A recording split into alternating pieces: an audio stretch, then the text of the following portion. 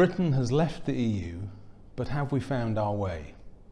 To discuss this, I'm joined by Patrick O'Flynn, a former European parliamentarian and journalist. Welcome, Patrick. Thank you. Now then, what we have is record immigration, a massive trade deficit and no growth. So the first question is, has the Tory Brexit failed? Well, I'm very tempted to say yes, but the truth is Brexit, the meaningful side of Brexit, only happened 2 years ago when the transition period came to an end and we left the rules and regulations of the European Union, I think December the 31st, 2020. And, you know, during that period, and we formally left, obviously, on January the 31st, 2020, so that's coming up to 3 years. The whole period since then has been taken up with, by far, the biggest deadly pandemic in our lifetimes, with kind of huge sweeping impacts on society and on the economy.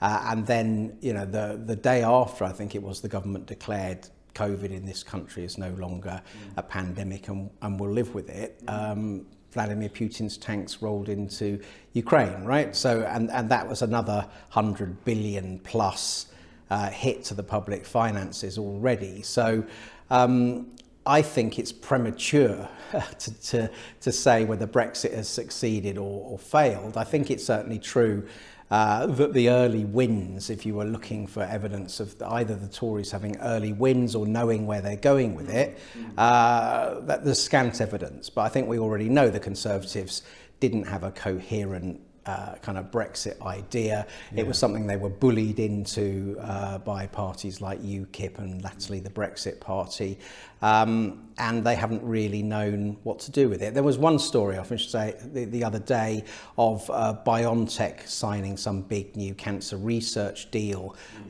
which is going to be based in the UK, and they cited our exceptionally agile medicines regulator, which I guess you could see as a specific Brexit win.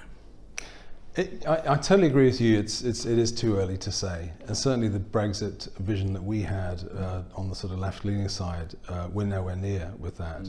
And I also concede totally that, you know, the whole thing has been distorted by the pandemic and now the energy crisis, which was caused by the Russian invasion of Ukraine. But what I was really getting at was what you mentioned was, did they have a coherent vision, the Tories?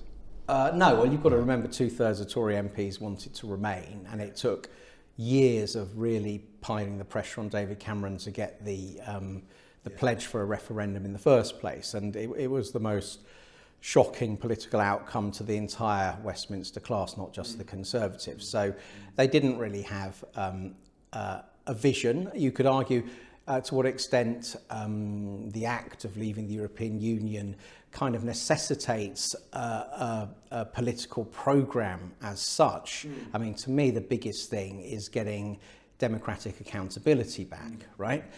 So we can hold our politicians accountable for more of the big things that dominate general elections. Now, within that, from my point of view, I think from most SDP members' points of view, the obvious kind of massive issue is the rate of immigration into the UK and how that leaving, you know, coming out of the duty of free movement, you would have thought a party that had thought about Brexit and had thought about the impact on working class wages of untrammelled Eastern European low wage economy migration inwards, that they would have had a programme to bring down immigration. But all that's happened obviously is EU immigration. Well, we found there were millions more EU citizens than we thought here anyway, and it may have plateaued or slightly tailed off, but there's been a deliberate parallel policy of rapidly increasing immigration from other parts of the world, as well as a simultaneous loss of control of the asylum system and spike in illegal immigration. So to me, all those things are thwarting the potential of Brexit, but they're more or less deliberate by the Conservatives. Yeah, it's just very interesting because you're quite right. We must remember that the Tories didn't want this. No major party wanted it. The DUP wanted it, I think, but no major party wanted it.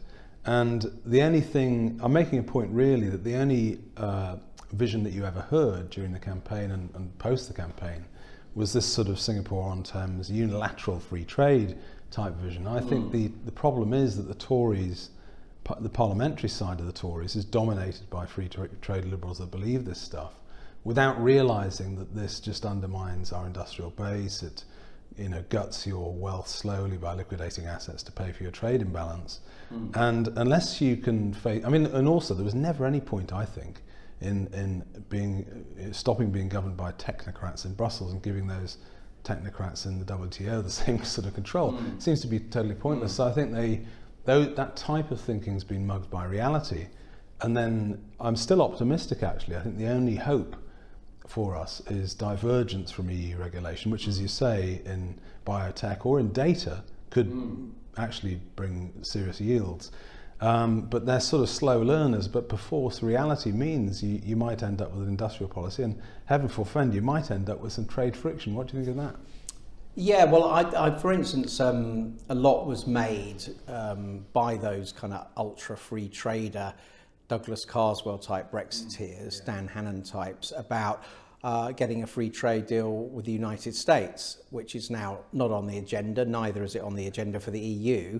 But, our trade with the US is pretty good. I think we're usually modestly in surplus.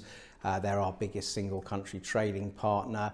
Taking, the last little bits and bobs of friction out, if the expense is, getting sort of dumped by US goods with massive economies of scale, unfairly knocking back our own economic activity levels, then that's not much of a prize. You obviously have someone like Liz Truss, who made a name by signing all these deals, mainly rollover deals, but the deals that she did do, such as with Australia, all the whispers are that she didn't negotiate very effectively, and she rolled over far too easily. So I don't particularly see the kind of free trade thing as bringing us any sort of economic miracle whatsoever. But it has to be, you can do it. I'm all in favour of bilateral trade deals, but they have to be tailored and they have to be focused. You have to know what you're doing. And the problem with both of the deals you mentioned, which are on trust really, Australia and Japan, if you take Australia first,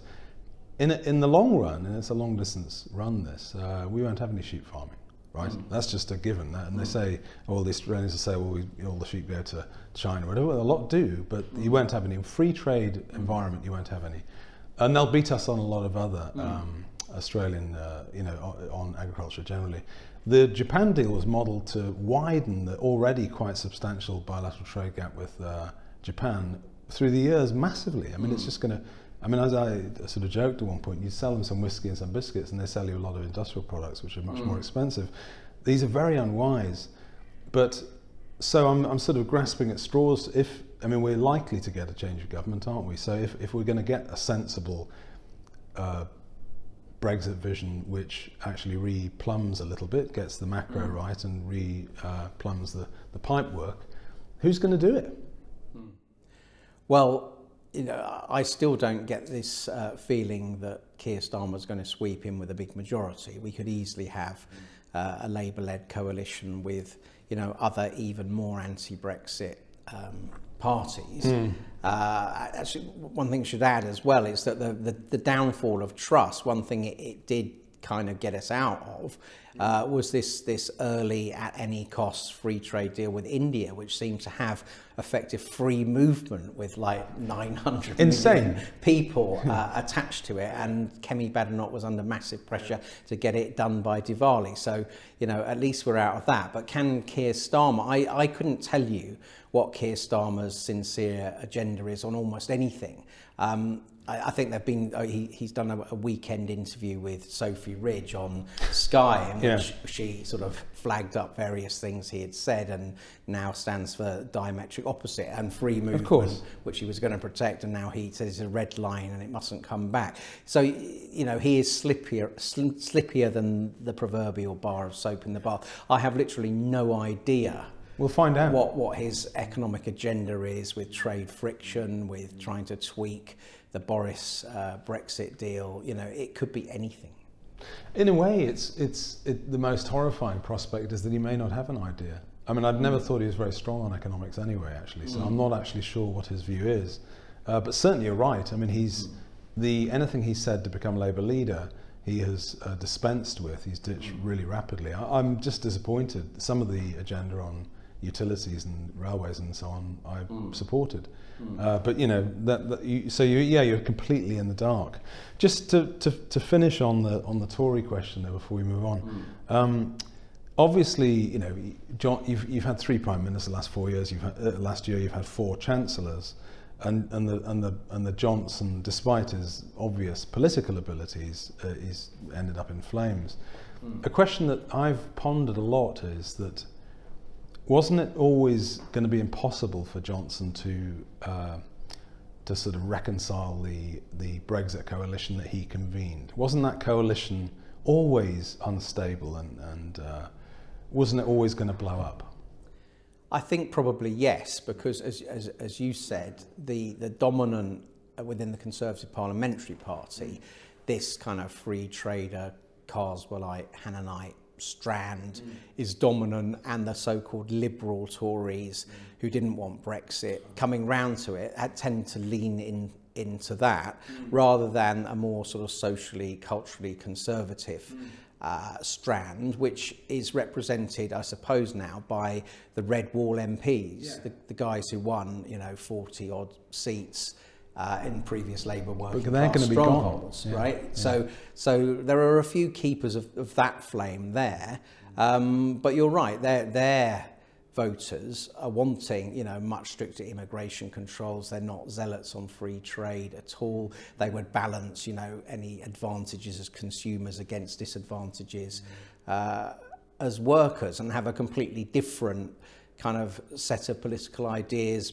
branching away from Brexit too. So, the Conservative Party seems, it's never been ideologically pure, has it? It's tended to always rate finding a way to win. But I think it's been embarrassed in the last 5 or 6 years by the number of different iterations, all of which have been responses to kind of political crisis, electoral crisis. What should we do next? We'll throw X overboard, we'll get Y in, we'll turn on a sixpence. So, I think they are incoherent. I think personally there's a massive constituency out there for a socially conservative party with the economic implications of that, and they're not a reliable source of delivery for that.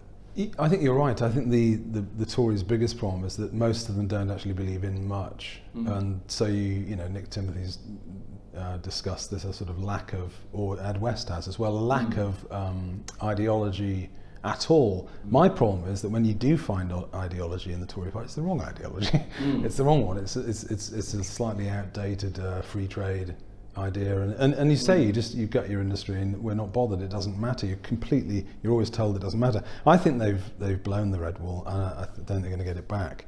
And one thing that we should speak about is the protocol, which has been a Northern Ireland protocol, which has been a problem from the very start. And my view of it, Johnson blustered and said it didn't matter, and he was in sort of denial about it, but it was always a problem.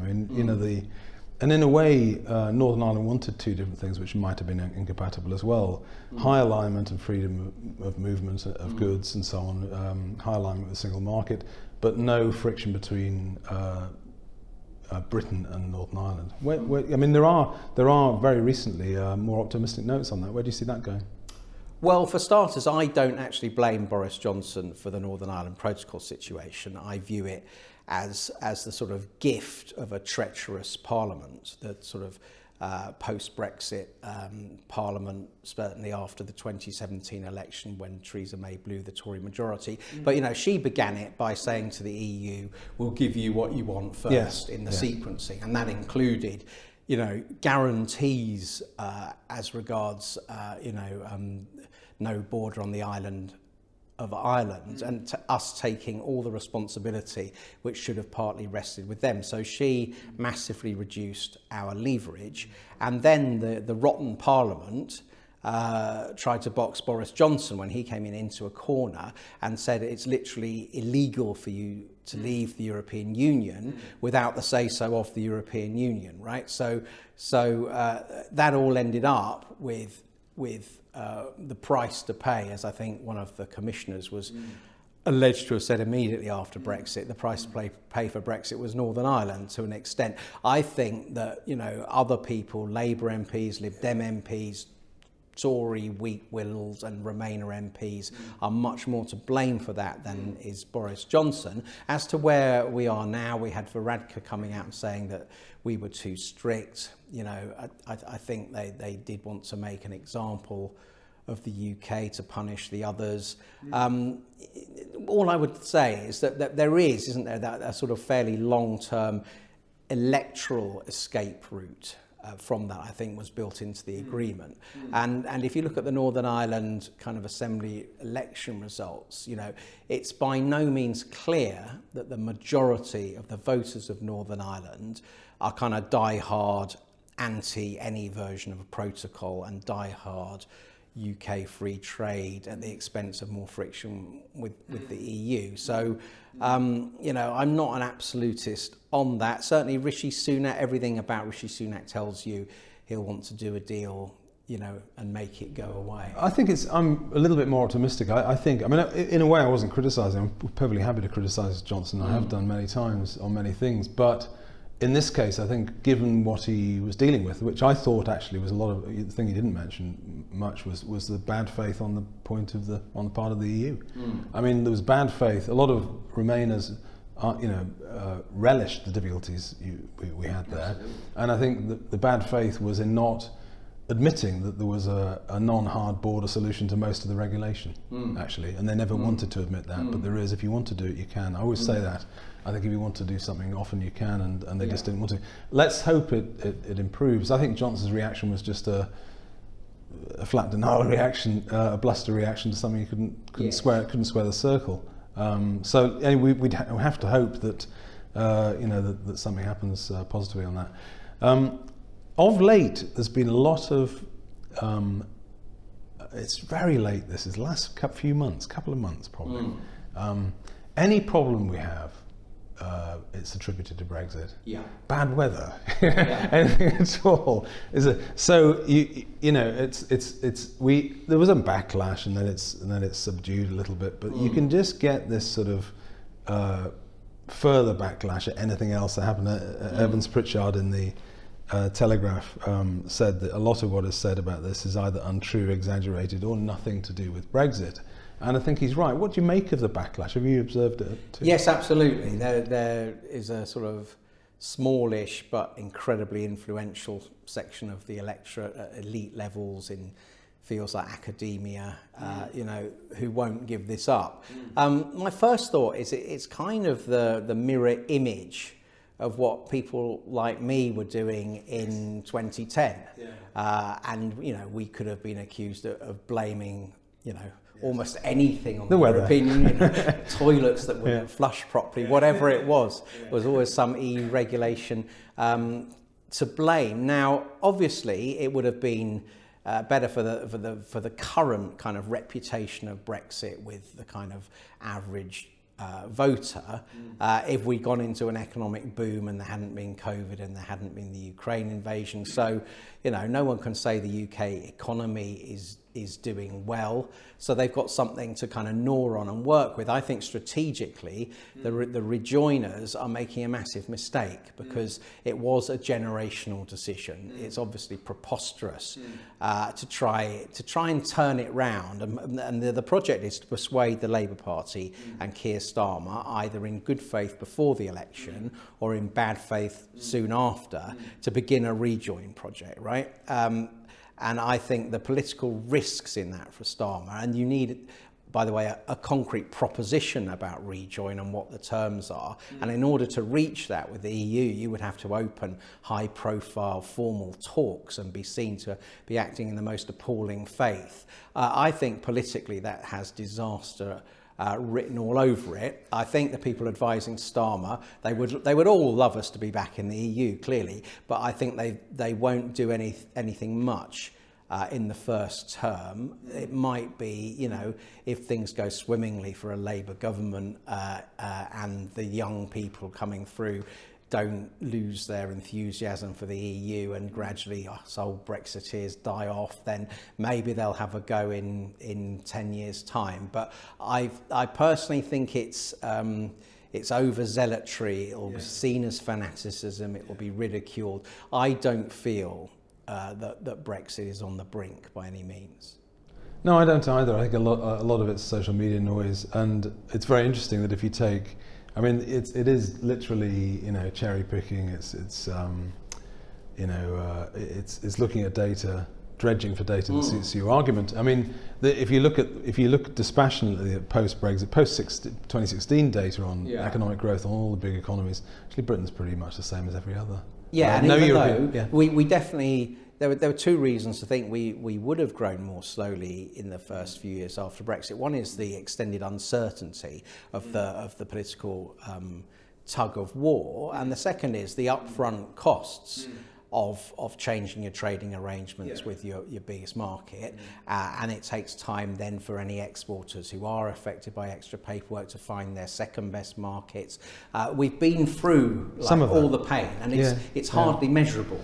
Well, actually, you mentioned that. I mean, if you dig into the detail, this is why often if you know a little bit, even if you know a little bit about something, it's quite often 180 degrees away from the commentary. I mean, actually, the effect of more trade friction on our trade with the EU was a British exporter had to get the paperwork right. They had to. Yeah. Right? De minimis, a lot of EU exporters to us said, well, we'll lose that bit. Not bother. So actually, the early, 2020 and 21, before distorted by the pandemic and the rest of it, and now the energy crisis, actually the fall in EU exports to us was higher. Yes, absolutely. So it's very interesting. Now it's actually distorted because of energy flow, so you don't actually know. You really don't know yet. But it's they won't give up. I don't know. I think I think it's becomes an incredibly difficult political project when the price of EU membership is joining the EU, which it is in the euro, which it is in the treaty now. Yes. It becomes a very, very high bar for anyone to contemplate. Yes, I think so, and I do think that if we ever did get to another referendum in the next few years, that notional, very soft, slight opinion poll lead falls away instantaneously when the electorate is focused on these practicalities. And I do think the status quo advantage, which I always think that the joiners of the EU project, they stole the status quo advantage by taking us in to the EEC without a referendum and then running the public choice element when they were in charge of the status quo. Well, they're not anymore, and I think it's a mountainous task, and I wish them kind of happiness, many decades of marches and jumble sales and speeches in village halls, megaphones, because we've done that work on the other side. Yeah, no, I agree with you. I think also the other thing that you shouldn't underestimate is the passage of time. You're going to get a generation, unless it happens quickly, I don't think it can happen very quickly, you get a generation of British kids that grow up with Britain having the state as an independent country in Europe, and that's normal, right? It's not unusual. It's not strange to be in that situation. It's what we have. The other major thing that, again, is always lost on this in this debate is it implies that there's something coherent you can join, right? And that, unfortunately, that is not a given. I mean, unfortunately it's not clear at all that we won't. I mean, we could easily have another Euro crisis. Even this year, the 10-year Italian yields are up again, 4% plus, quite volatile. They get a 5, gets quite tricky. So you have this sort of sense of perma-crisis. I'm with John Gray on this. I think he's right. I think it just lumbers on. The EU as an institution lumbers on through crises because it's too. Do you agree with that? I think so. I think there's enormous political will on continental Europe to keep the show on the road, and we've seen the extent they were prepared to inflict misery on the populations of countries like Greece in order to keep things trundling along. And our membership was based on opt-outs, wasn't it, as well? Yes. Which was long grass kicking stuff. The Euro, Schengen, social chapter, whatever. We are we proposing? Or do the rejoiners, if they get to have a proposal, are they proposing to try and go back to that, which would be characterised as half in, half out anyway. So what's the point? Well, yeah, I mean, even the deal we had, which is you have to give credit to some of the people that negotiated. It was a skillful series of opt-outs. People like Major got out opt-outs for various things, and Ed Balls and Brown kept us out of the euro, and that's a tick. But that was probably not sustainable long term. I mean, I'm not even sure that was very stable. No, and we're looking at, there's a deepening of the project, isn't there? There's, the military identity. There seems to be quite a few European leaders, pushing much harder on that. I don't see it, but I would certainly like a coherent British government that has an idea of how to make Britain a success in the world. That's what I'm grasping for, Patrick. I'm actually looking for a vision that actually is in correspondence with the realities. That's what I'm looking for. That's what I'm trying to do with the SDP. Trying to what is the only independent state in Europe vision that would work? And it's certainly not joining the TPP, and it's certainly not having idiotic bilateral trade deals with the United States that would just go. No, it's actually much more focused on what we need and trying to build our own national resilience again. And I think everything that's happened, the pandemic, what's happened post-Brexit, proves that. I don't see any of that vision in any established party. I mean, I see it in us, but I don't see it. And I think it has a broad constituency. So it's good. I'm pleased that you, despite the polls showing regret, and showing. We really, there are polls. You can see polls that have over 50% of people regretting we left. But we're still in the early days, actually. Just before we finish, one slightly left field thing that we should talk about is Scotland. Where it was always puzzling to me that the SNP had this rather bizarre proposal and preference for EU membership. You want to leave the British Union and join the European Union and be fed. Where is that? Where do you think Sturgeon is with Scottish independence? It's on the wane, isn't it? Well, I've always thought the conventional wisdom was always immediately after Brexit. The kind of liberal establishment wanted to punish Brexiteers by saying this is going to lead to the breakup of the UK. I always thought that a country that was more confident about its own capacities and future would actually be an attractive thing, and it would bind it together.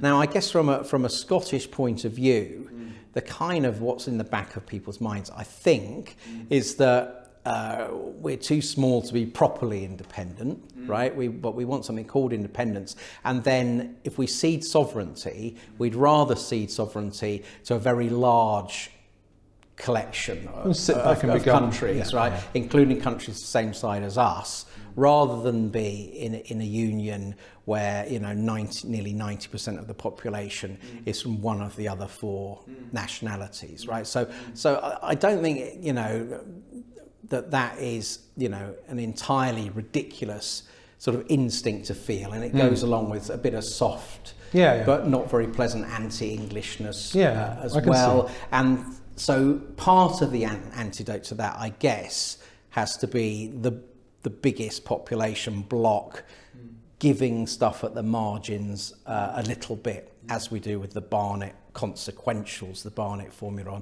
on public spending. But again, ultimately, if people don't feel an identity or an affinity with a flag, I don't think you can force them to carry on, in that constitutional arrangement. The last referendum in 2014 was for a generation, and unless we're talking about, goats or something, then a generation hasn't happened, and we're still, 15 or 20 years away from the Scots legitimately being able to have another go, because, things we do as the UK with long-term perspectives, like decide on strategic defence installations and decide to keep stuff in Scotland, you can't then 5 years later say, oh, we're pulling the plug and going non-nuclear. So I don't think that the Scots have a right to break up the UK anytime soon. But I do think a generation on, which you could argue is about another 15 years, if there is still a critical mass who want another referendum, that then it does become something that has to happen. I could see, and I agree with you. I think Brexit itself made Scottish secession less likely because it puts the bar higher and increases the risks massively. And if you think Brexit was difficult, I'm afraid that would be much more difficult. But I agree with you. I think the identity thing is the clincher, and I'm very worried about that from a unionist point of view, because I think the data shows that younger Scots, unless they change their minds, do feel massively more Scots than British. Yeah, and Starmer appears to be going along with Gordon Brown's failed idea that the way to stop independent feeling is to give more independence, basically, which has failed already. And I would suggest the opposite. You have to try and build in more Britishness. So, even to the point of view of the national news broadcasters, particularly the BBC, doing specific Scotland's BBC 6 But they get criticised anyway. But that's undermining the feeling of UK identity. And those sort of constant concessions, I think they only end one way, which is with the separatists winning. I agree, but I think the real cause, and I'm not knocking Scottish identity at all. I'm mainly Scots myself, but plenty of family members that are Scots. But I think the real cause is the anti-British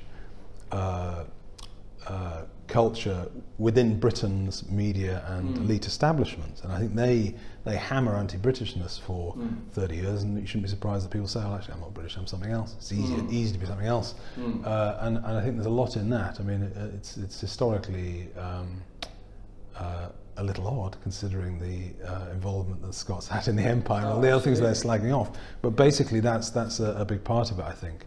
Yeah, well, with Labour and Gordon Brown in particular, you'll notice if you followed his career on this issue, that he's all for a Scots autonomy and identity and a Welsh one. But when it comes to England, he just splits it into regions. Of course. Even when there's only very weak regional identities. Like, I'm from, quote, the east of England, from Cambridge, and yet, are people in the east of England wanting some unified block between people in Cambridge, people in Great Yarmouth, people in Chelmsford? It's just not and part it doesn't, of the identity. Counties maybe, but then it's nation. Counties, yes, then it goes to nation. But you're quite right, the Englishness is forbidden. It's a forbidden thing. Finally, is there anything that you think on the Brexit side, if you take yourself back to, because you had such a big part in it, the Express and the campaign, and then you became an MEP, is there anything that you think in 2016, when the referendum was happening and things, when it happened, is there anything that you think we underestimated? I mean, there's plenty of things that we did, but what's the most important thing? I think and quite a lot of people did underestimate the capacity and the appetite of the EU to punish the UK for the sake of discouraging the others. I remember inviting Tony Parsons, the sort of cultural and newspaper columnist, to an event, and he sort of flagged up this idea of people saying the EU will do anything to punish us, but why would they? Why would they cut off their nose to spite their face? Well, they did. They did. Right, they did. And I didn't anticipate quite how obdurate they would be, but then neither did I anticipate we'd have a government negotiating side that gave them everything they wanted straight up, and then suddenly wanted to talk about with zero leverage. That's a very interesting observation. The thing I think we underestimated together in the Brexit coalition was we massively underestimated the hostility there is among the civil servants and the elite to the idea of self-governance itself. They were, and still are, very hostile to that actual idea. They really don't like it. I remember Auburn War in his column used to joke that really we ought to get rid of democracy and just have I think he called it a committee of randomly selected Belgian ticket inspectors to decide what goes on. And actually, he was that satire, he was joking. But of course, I underestimated that. I think we thought, if we vote for it, then self-governance is a thing. No, they don't want it.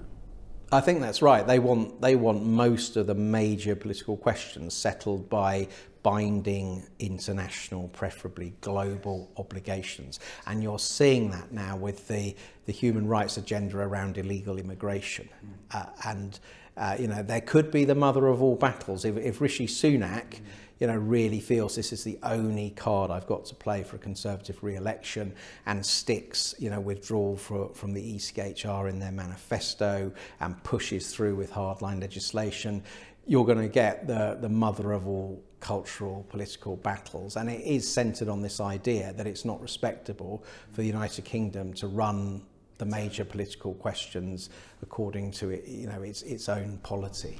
I'm afraid I wish I was more optimistic. There's nothing in Sunak's language that would indicate he actually is going to solve this problem on the migrant crossings at all. I see nothing, no hint of it. So, well, all I would say on that is, the Tories, they don't want to do it, but they didn't want to do Brexit, right? Yeah. If it's the only way they can see to a possible path to staying in power, then they will go a long way away from what they actually would want to do. Well, let's finish on an optimistic note. I think we're agreed then that a lot of these things will be resolved because they have to be resolved. And in the real world, that's what will determine what happens.